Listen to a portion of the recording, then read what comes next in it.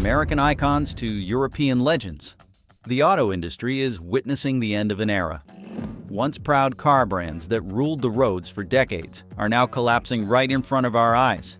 Sales are plummeting, factories are shutting down, and dealerships are begging customers to take these cars off their lots. In this video, we're breaking down 5 car brands that are on the absolute brink of extinction, why they're falling apart, what it means for you as a driver, and why the last brand on this list may not survive beyond the next few years. Stick around because this isn't just another list. It's a warning. Chrysler. There was a time when the name Chrysler stood shoulder to shoulder with the giants of the American automotive world. It was a brand synonymous with luxury, innovation, and bold design, a symbol of what made American cars great. From the 1940s through the early 2000s, Chrysler built vehicles that shaped generations. But today, the brand that once represented the pinnacle of American automotive excellence is barely recognizable. It is a shadow of its former self, reduced to just 2 aging models and clinging to relevance in an industry that has completely passed it by.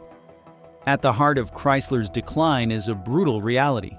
The brand has been starved of investment and attention by its parent company, Stellantis.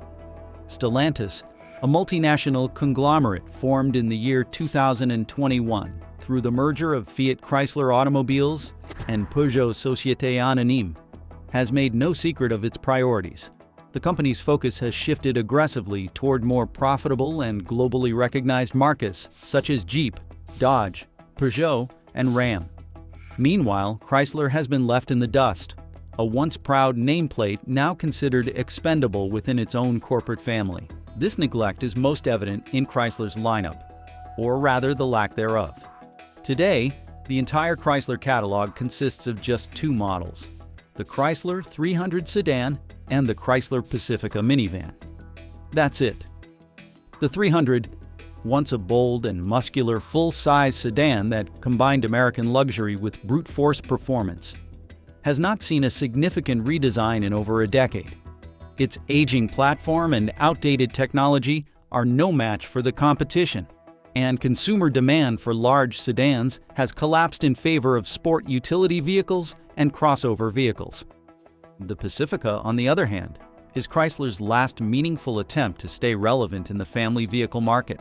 To its credit, the Pacifica remains a solid option among minivans, with a plug-in hybrid variant that appeals to environmentally conscious buyers. However, it faces stiff competition from brands like Toyota and Honda, both of which offer family vehicles with superior reliability, resale value, and more modern features. The Pacifica's moderate success is not enough to carry an entire brand, and Chrysler's inability to diversify its lineup has made it painfully clear that the brand is on life support.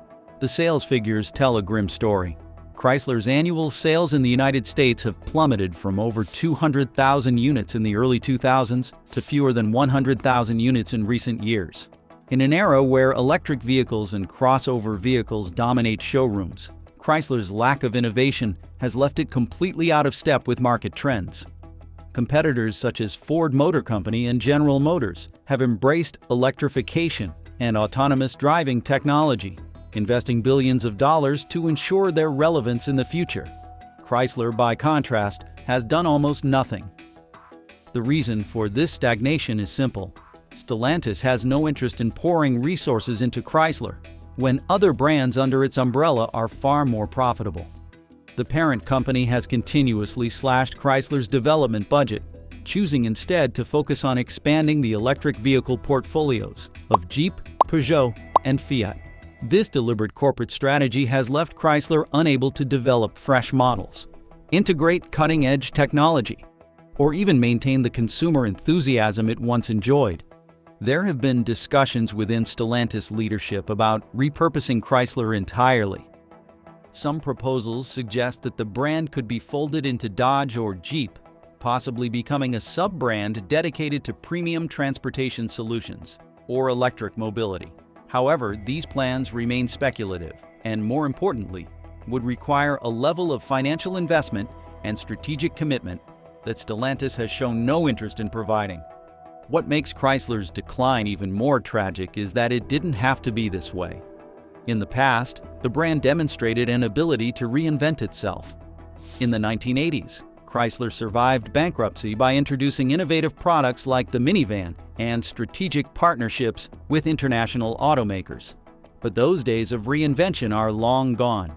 Without a clear vision or meaningful investment from Stellantis, Chrysler's chances of a comeback are virtually non-existent. The brand's position in the market has become so weak that it now relies heavily on nostalgia to sell cars. The Chrysler 300, for example, still has a small but loyal fan base that appreciates its old-school rear-wheel drive layout and available V-shaped 8-cylinder engines.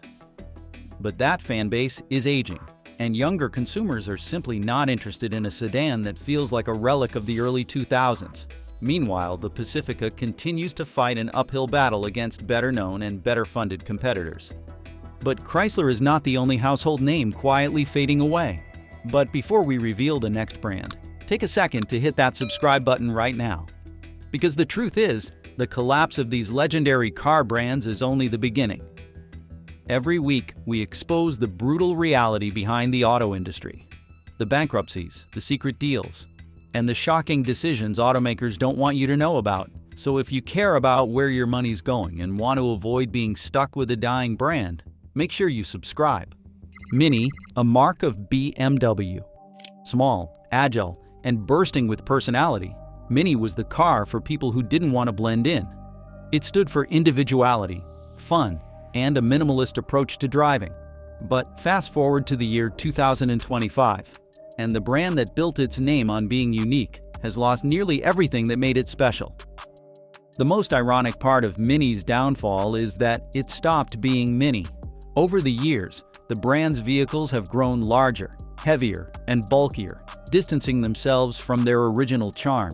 Models like the Countryman and the Clubman stretch the definition of compact, with dimensions closer to sport utility vehicles than city cars. What started as an icon of efficiency and simplicity has turned into something bloated and mainstream.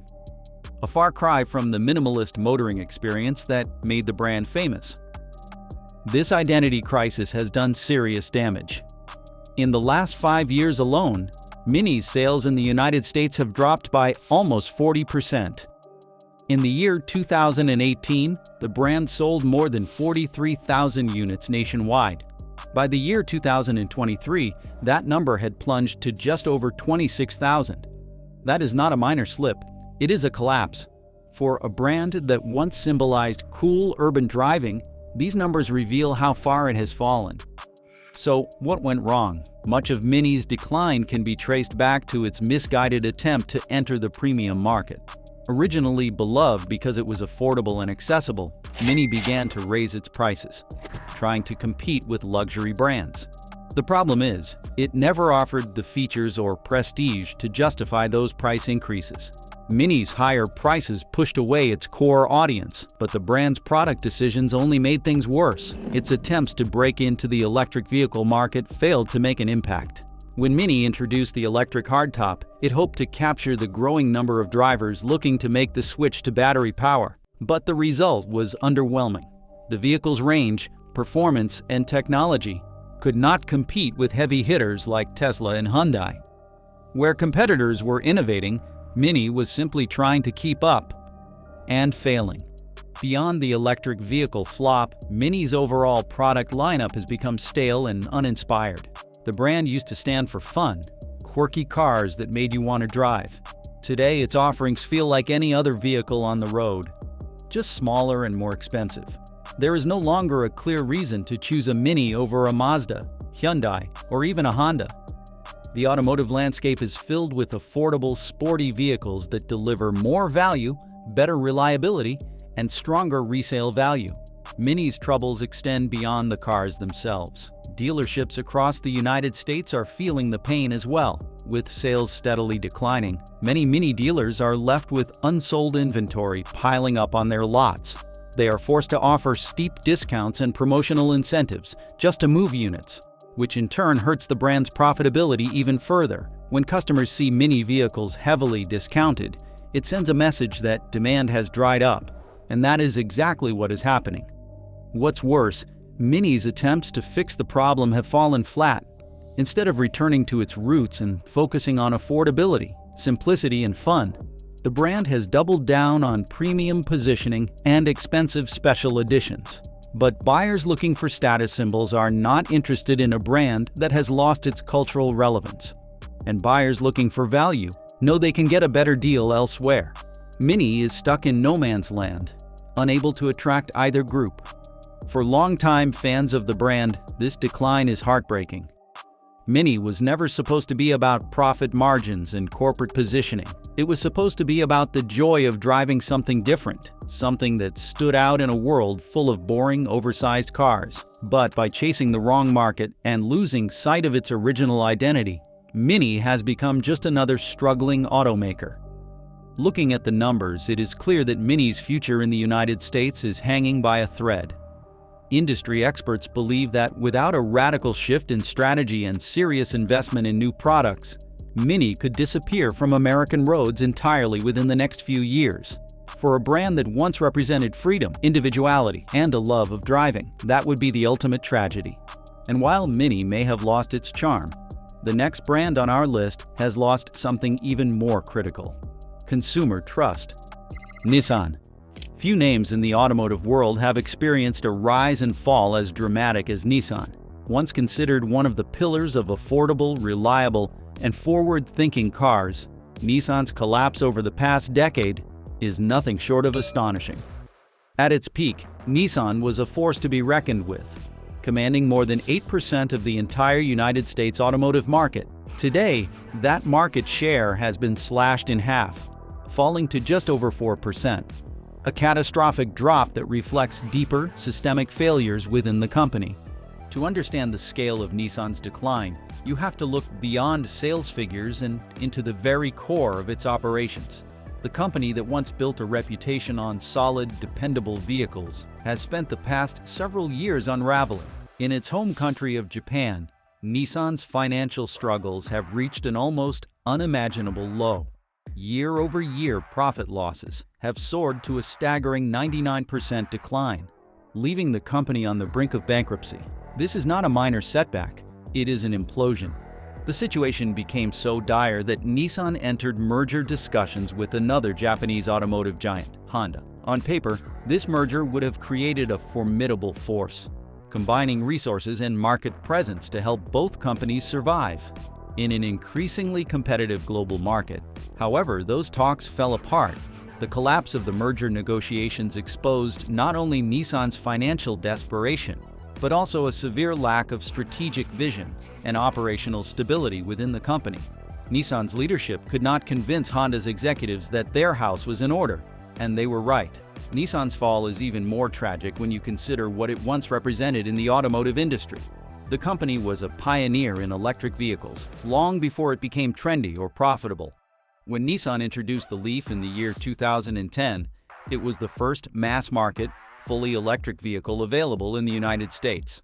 That should have cemented Nissan's place as a leader in the electric future. Instead, it became one of the greatest missed opportunities in automotive history. Rather than building on the Leaf's early success, Nissan stagnated. While competitors like Tesla and Hyundai aggressively developed new electric vehicles, expanded their range, and refined their technology, Nissan did little to evolve. The Leaf remained outdated, lacking the performance, range, and modern features that consumers began to expect from electric vehicles. Instead of capitalizing on its head start, Nissan fell behind, watching as other automakers passed them by and captured the growing electric vehicle market. But Nissan's problems extend far beyond the electric vehicle segment. Over the past decade, the company's entire lineup has grown stale and uninspired. Many of Nissan's vehicles feel dated, underpowered, and outclassed by competitors in every category. While brands like Toyota and Honda continued to innovate with fresh designs, advanced safety features, and cutting-edge technology, Nissan fell into a cycle of mediocrity, releasing models that barely moved the needle in terms of consumer interest. Making matters worse, Nissan's reputation for reliability, a cornerstone of its past success, has taken a serious hit. Quality scandals have plagued the company in recent years, from faulty transmissions to electrical problems and subpar build materials. These issues have translated into growing dissatisfaction among customers and plummeting resale values for Nissan vehicles. For a brand that once prided itself on dependability, this erosion of trust has been devastating. As sales have slumped and consumer confidence has waned, Nissan has resorted to an aggressive strategy of deep discounts and incentives just to move vehicles off dealership lots. But this tactic has backfired. The constant stream of markdowns has further devalued the brand in the eyes of consumers, creating a vicious cycle where profitability shrinks, inventory piles up, and consumer interest fades. Buyers have learned to wait for the inevitable discount rather than pay full price, making it nearly impossible for Nissan to rebuild its profit margins. Another factor contributing to Nissan's downfall is a revolving door of leadership and strategic missteps. The company's former chief executive officer, once considered a visionary leader, was arrested in the year 2018 on charges of financial misconduct. That scandal shook the company to its core, leading to years of internal chaos and infighting. Without stable leadership, Nissan has struggled to articulate a clear strategy for the future, let alone execute one. And Nissan is not alone in this fight for survival.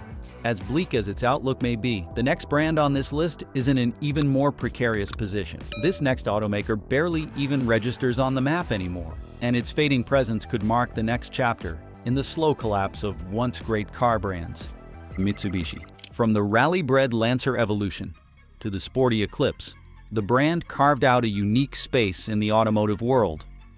But today, Mitsubishi is little more than a shadow of its former self, a forgotten brand, quietly slipping into obscurity while the rest of the industry speeds forward without it.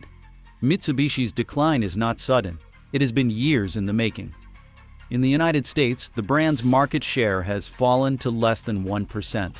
A catastrophic drop for an automaker that once competed head-to-head with giants like Honda and Toyota. As of the year 2024, Mitsubishi's slice of the American auto market is so small, it is barely noticeable in sales charts. This is not just a decline, it is a near disappearance. One of the clearest signs of Mitsubishi's collapse is the state of its dealership network. Across the United States, Mitsubishi dealerships are closing at an alarming rate. In the year 2018, the brand had more than 350 dealership locations. Today, that number has shrunk dramatically, with many dealers abandoning Mitsubishi altogether due to sluggish sales and dwindling consumer interest. The result is a vicious cycle. Fewer dealerships mean fewer opportunities for buyers to even consider Mitsubishi, which in turn leads to even fewer sales. The root of Mitsubishi's problem lies in its stagnant and shrinking product lineup. In a market where innovation is king and automakers are racing to reinvent themselves, Mitsubishi is stuck in the past.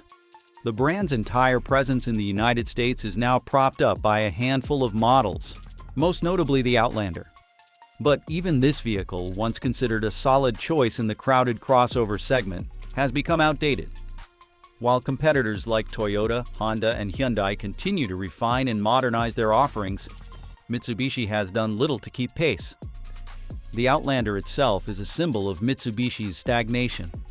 Although it offers a plug-in hybrid option, the technology feels years behind the competition.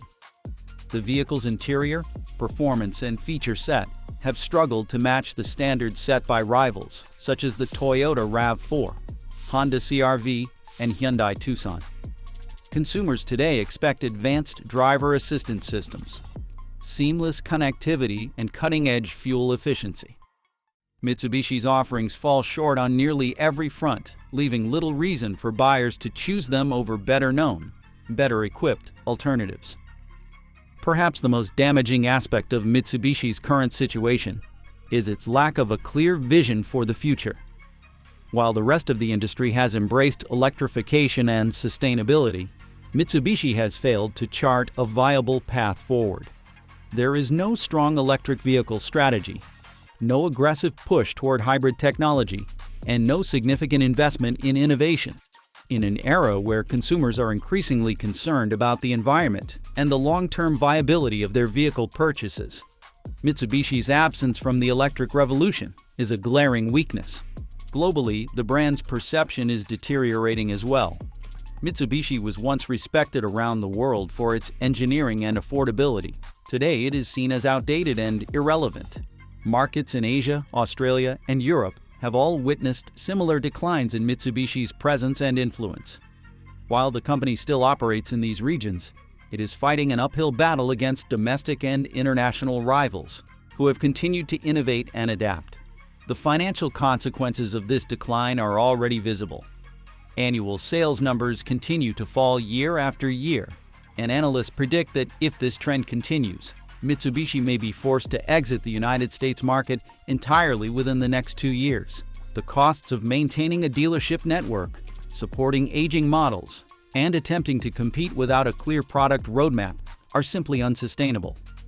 It is not just the American market that is slipping away from Mitsubishi. The brand's parent company has been reluctant to invest heavily in new vehicle development, instead opting for cost-cutting measures and focusing on more profitable markets. This global strategy leaves Mitsubishi's U.S. operations vulnerable and unsupported. Without a dramatic shift in priorities and significant financial backing, the brand's long-term survival is in serious doubt.